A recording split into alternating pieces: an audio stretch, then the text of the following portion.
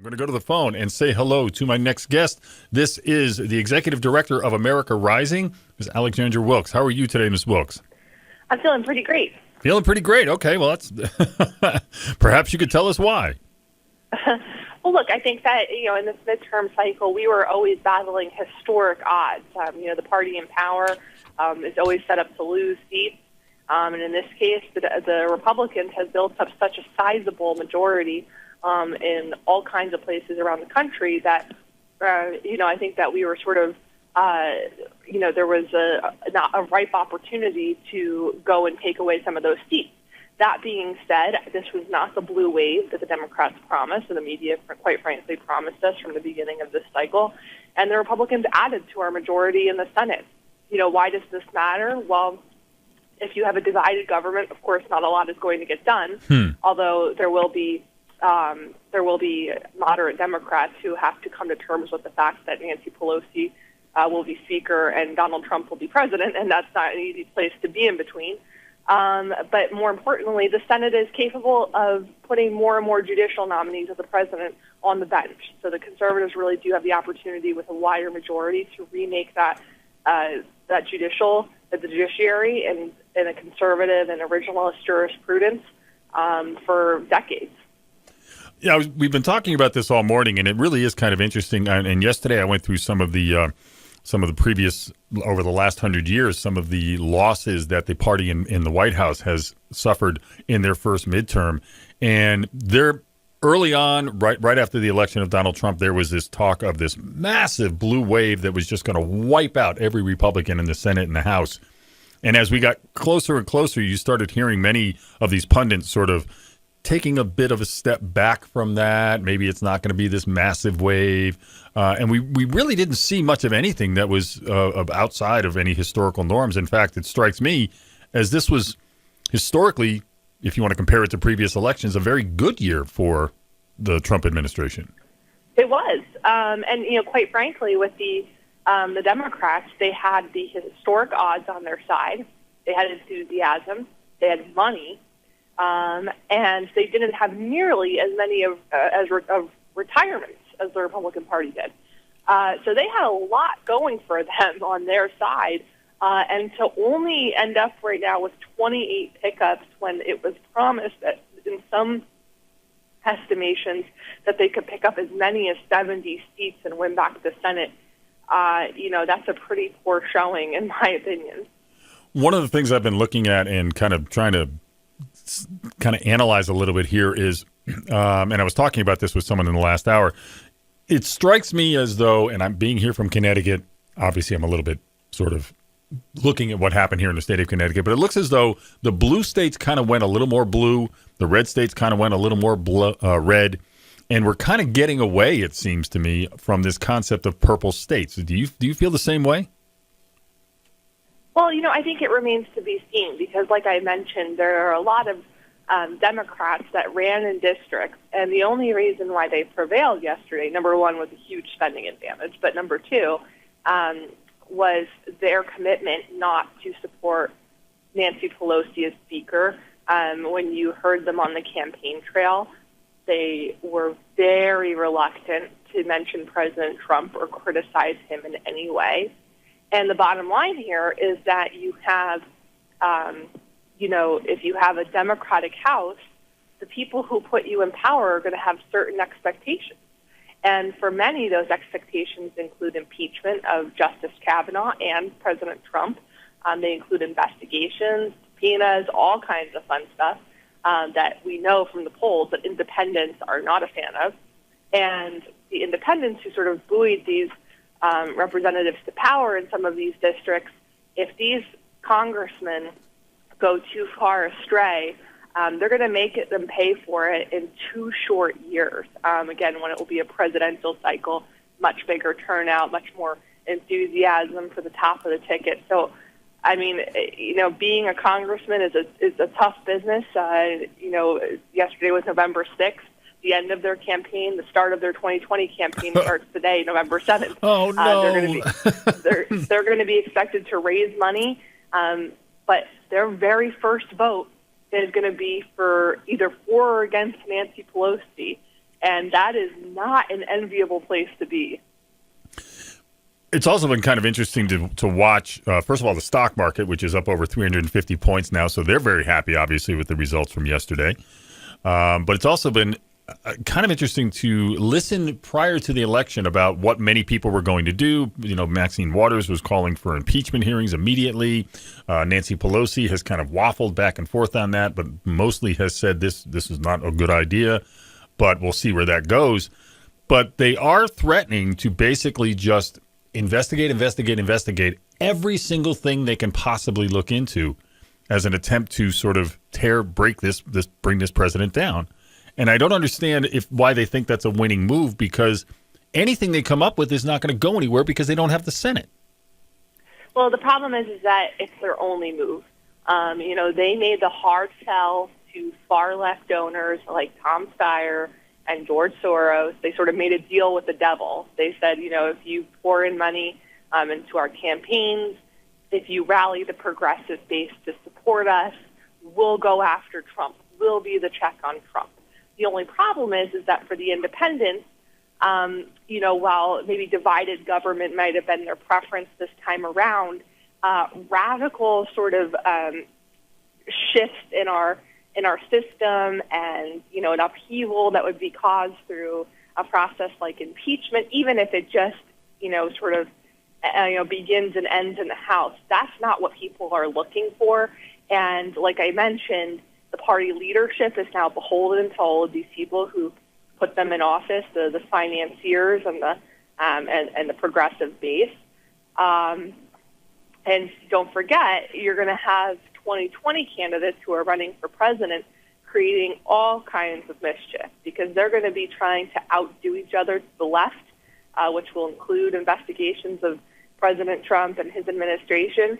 And they are going to have to answer for everything that every crazy idea Elizabeth Warren proposes or Kamala Harris.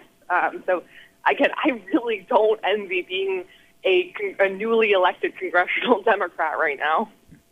Yeah, we've talked, again, numerous times about that this is probably the best thing that could have happened to President Trump if he's looking to seek re-election, because he is going to have someone to blame. He's going to have someone he can point his finger at, and it's not Republicans now. Yeah, I mean, I think that this is going to be a huge help to the president's re-election chances in 2020 because now there's an actual bad guy, right? Before, the Republicans controlled everything. But now voters get to have a new group to scrutinize, and this will be the congressional Democrats. And so if, Nancy Pelosi and Maxine Waters are sort of up to their old tricks and have all kinds of, problems planned for the president, I think that that's just very disruptive, and that's just not something that the voters are looking for. And I think that it could, by contrast, make the Republicans look like the more reasonable governing party. Take something like the issue of government shutdowns. That's something in the past that when we've had a Republican House, it's been very easy for people to sort of pick their pet issue and go gung-ho towards a government shutdown, even though there's no chance of shutting down the government. And this is something where the Democrats are going to be the ones on the blame end of this rather than the Republicans this time around. So now, as we look at the Senate, we see that it looks like the Republicans are going to pick up. They've got at least 4, if not potentially 5 Senate seats. Do you That's think? Right. That's right. What impact do you think that's going to have on the next 2 years, as far as maybe reining in some of the more, I hate to say extreme, but some of the more crazy elements of politics these days? I mean, it turns out, obviously, having total control of the government doesn't do much to rein in some of that craziness, but now maybe having a split between the House and the Senate might? Like I mentioned before, I think that the advantage to having a bigger majority in the Senate it lies squarely with the judicial nominations. The president obviously nominates judicial candidates, the Senate in their advise and consent role, evaluates them and votes for them, these are lifetime appointments to the federal bench.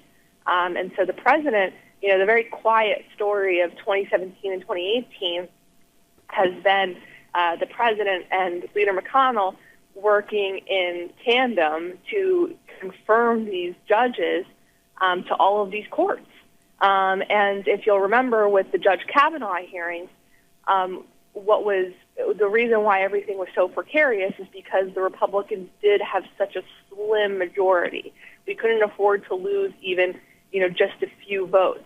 Now that this is padded with Republicans who are coming from states that are more favorable to the president, and there are a greater number of them, I think that for some of these tighter confirmation battles, the Republicans can rest a little easier. Yeah, we haven't talked about Kavanaugh much today, and what another kind of interesting, if you do some analysis on this, is that all of those Democrats who were in sort of these potentially purple, if not red, states who voted against confirming Brett Kavanaugh, they all lost yesterday. That was a defining moment, I think, for a lot of Republicans. And look, I think that, first of all, there were a couple things that worked in our favor. The fact that the Democrats, or I should start with first, the fact that it happened after the summertime when people were a little bit more tuned into the election, a little bit, more glued to the screens, I think was a huge benefit. I think also the Democrats didn't really do themselves any favor by carrying on the way that they did even before the sexual assault allegations came out. And then once those allegations came out, I think for a lot of Americans, the idea that in America we're going to throw away this cherished idea that people are innocent until proven guilty was very frightening, and rightfully so. So I think that a lot of Republicans in these red states were clamoring for their senator to be responsive to this fear. And when people like Claire McCaskill and Joe Donnelly, just decided to ignore that, voters said, well, we know that what we're going to do come November. And the question always came up, too, is people are going to have a short memory. They're not going to remember what happened, and these confirmation hearings a month out. And that was kind of a strategic error on the part of the Democrats, wasn't it? I think it was, because then, the Democrats sort of persisted in their behavior of incivility. Like we had the Maxine Waters comments that, we're going to confront Trump supporters and people in the Trump administration at restaurants and gas stations. You had Eric Holder saying we're going to kick Republicans. Hillary Clinton said we could be civil after the election. So, I think what was impactful was that the Kavanaugh hearing sort of woke up Republicans and some independents to the idea that the Democrats were sort of behaving badly. And then, the Democrats just kept